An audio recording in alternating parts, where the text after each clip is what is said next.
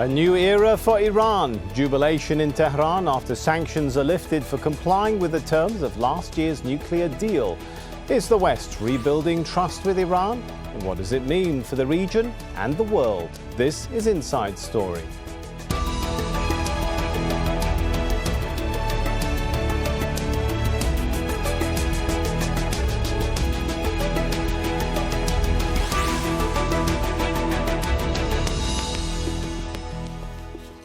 Hello and welcome to the show. I'm Sami Zeidan. After years of economic isolation, Iran is now open for business.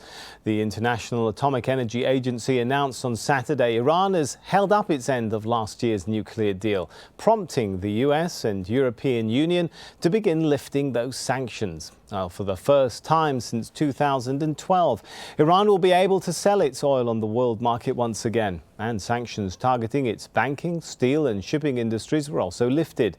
The US Secretary of State John Kerry described it as a historic day. He said it proves negotiations rather than war can be used to solve problems. Iran's President Hassan Rouhani was similarly upbeat. Today is the day when our nation can stand in the light of perseverance and resistance and efforts, and we can actually feel the tangible achievements that we have had. Today is the opening of a new chapter in our relations with the region and the rest of the world, and the economic spheres and scientific spheres. Rouhani went on to call the deal a golden page in Iran's history. The deputy oil minister announced Tehran is ready to increase its crude oil exports by 500,000 barrels a day. Well, that should increase Iran's oil revenue by $10 billion in the next year. The lifting of bank sanctions should allow Iran to once again access the $50 billion that were kept frozen in foreign accounts, according to the US Treasury. The International Monetary Fund says all of this should increase Iran's growth by 5%. And with greater economic power comes greater political influence in the region at a time when tensions with Saudi Arabia are only on the rise. Let's bring in our guest then to the discussion. In Tehran, we have Foad Izadi, Professor of World Studies at the University of Tehran. Foad specialises in US-Iran relations. In Kuwait City, Fahad Alsholaimi, President of the Gulf Peace and Security Forum. And joining us from Reading in the UK on Skype, Hossein Rassam, former Iranian advisor to the British Foreign and Commonwealth Office. Welcome to you all. If I could start actually with Foad. How do you see this? Is this just the start of a process which will lead to normalized relations between Iran and the West?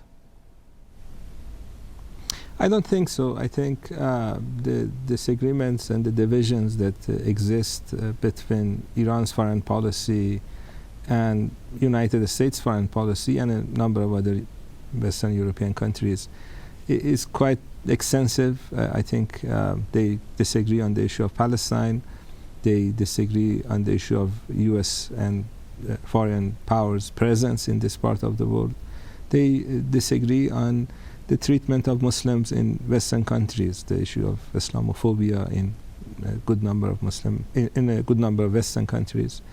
And overall, the other side has not forgotten the fact that in 1979, pro-West government was overthrown by the Iranian people, and they have not forgotten the fact that the new independent government in Iran is not going to follow their foreign policy objectives. So as long as Iran stays on this course, as long as Iran has an independent foreign policy, what do you make of suggestions that leading world powers, particularly the US, are losing their appetite to to intervene in this part of the world and to accept Iran as more of a regional player, and that can only lead to some kind of closer partnership or relationship, despite the differences you may have mentioned?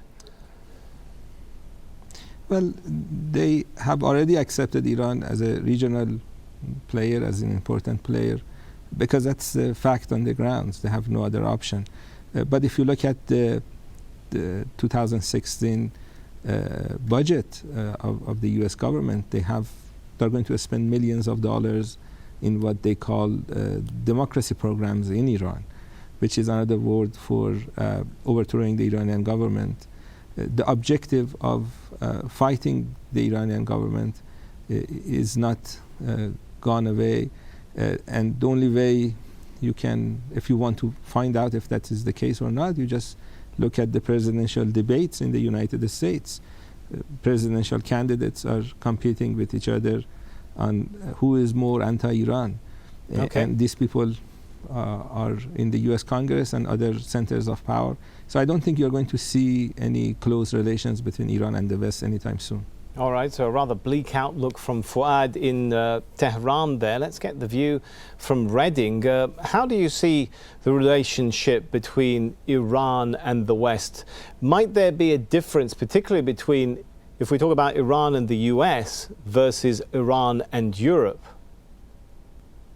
Well, obviously, Iranians see themselves closer to European countries. Iran's relations with the EU, in spite of all the difficulties the two sides have experienced in the past, have usually been more towards the positive and constructive. There was critical dialogue, there was constructive dialogue between the two sides, but overall, I think, yes, there would be differences. There would be a lot of areas in which the sides cannot agree. And obviously, Iran-US relations have been damaged in so many ways that mending them would not be an easy task. I think rather than focusing on the difficulties and on let's say, fundamental differences and grievances that exist between the two sides, focus on what is available to us. And what I see here is that the nuclear deal, the JCPOA, which we saw presenting itself in the implementation day, was the fruit of pragmatism, renewed pragmatism in the area of diplomacy. Obviously, many differences would remain between the two sides. But without that sense of pragmatism and without that realistic approach existing on different sides, obviously what we would see would be increased tension rather than decreased. I agree with Fahad. So Hossein, do you think that if we take a point of pragmatism, is Europe in a better place right now to pursue pragmatism? How do you read the European policy where, for example, it's not held back by the particular sanctions that the US Congress has imposed on Iran? It's not held back by the sort of posturing that's going on in the upcoming US elections and so on? Generally, yes. EU's position on Iran has been more constructive. Of course, there have been differences. I mean, Iran-Iraq war, Iran's relations with France were far from perfect. With Germany, there were cases. There was a time that all European ambassadors left Iran because Iran was accused of having some opposition forces assassinated, and we had the Mykonos case. Of course, there was a time that United Kingdom had to cut its diplomatic relations with Iran because its embassy in Tehran was ransacked and attacked. Yes, there have been a lot of difficulties, but generally speaking, the viewpoint from, generally speaking, from Brussels toward Tehran has been more positive and more constructive compared to that from Washington. All right, I'd like to bring Fahad into the show as we discuss about whether, relations might improve with some quarters in the West. When it comes to relations between Iran and Arab countries, it seems like that's going in a different direction. I think, first of all, thank you, Sami, for having me, and best regards for your panelists. I think the most important issue that is we see, hopefully that we have a positive political attitude from the regime in Iran. If you analyze the speeches and the language that the Iranian talks to the West and to the United States during the last 7 months, It was filled with cooperation, with peace, with economical language. If you shift that speeches and that language to the Gulf area, it is full of threats and full of intervention. Example for intervention, we have captured 2 spying cells in Kuwait, 1 in Bahrain. Iran was intervening in our domestic and internal affairs, and that has created a wall of distrust between the Iranian and us. We would like to have a normal relationship with the Iranians. And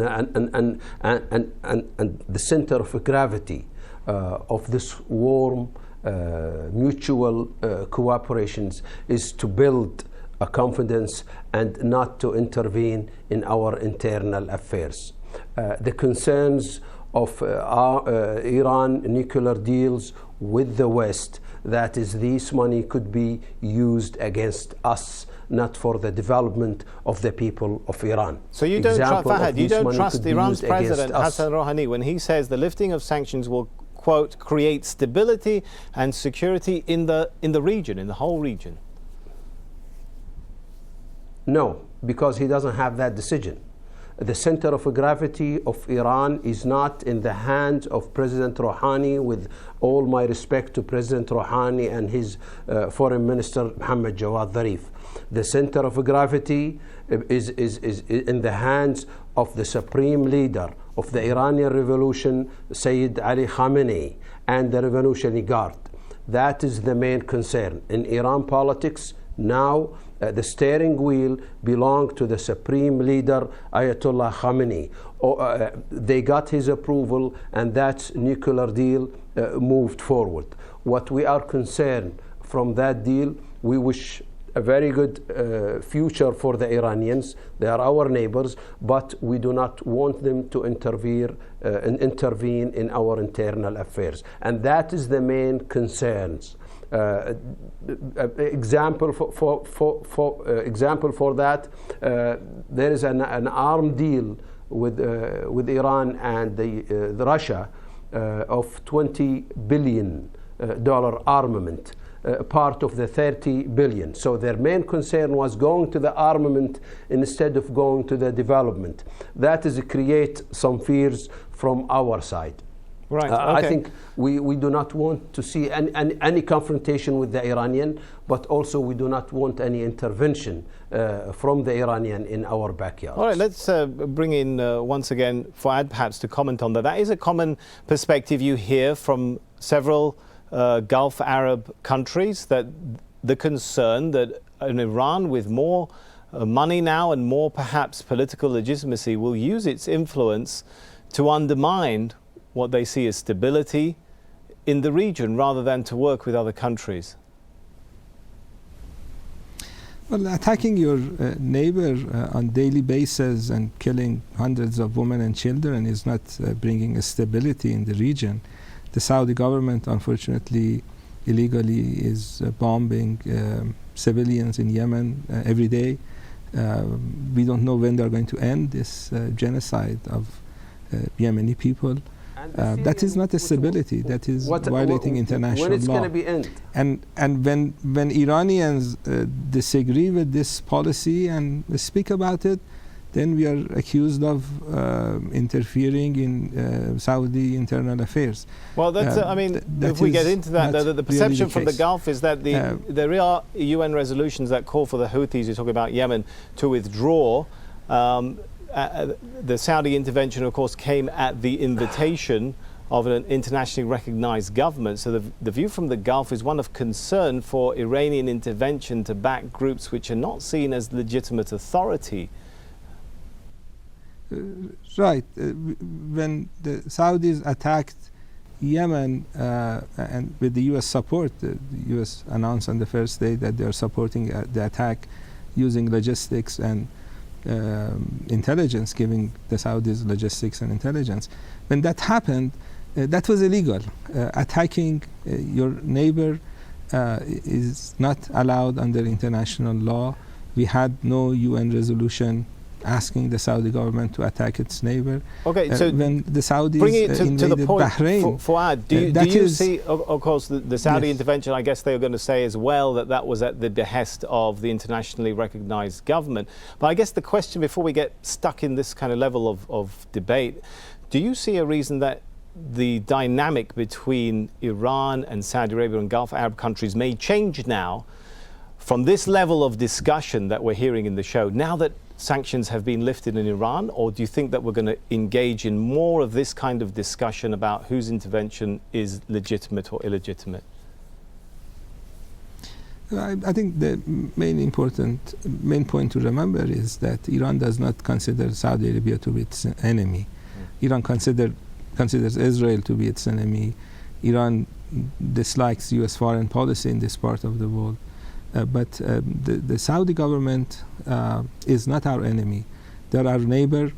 Iran has been historically trying to be a good neighbor. We remember during the Iran-Iraq war, the Kuwaiti government supplied Saddam's government with billions of dollars in aid. And when Saddam Hussein invaded Kuwait, the Kuwaiti government leaders came to Iran to take refuge. Iran could deny that, but no. Iranian government They didn't come to Iran officials to realized that they should. Fuad. Okay, They did. Major government leaders from Kuwait came to Iran to take refuge. Okay, you made your point. Let's give Fahad a quick chance, because I could see also Hossein wants to get in, so let's try and be fair to everyone. Briefly, Fahad, go ahead with your comment. Losing your voice, I don't hear what you're saying. Sami, the most important thing is that we have to realize we need to move forward. If we go again to the past, we could argue that is Iran want to export their revolutions to Kuwait and to the GCC.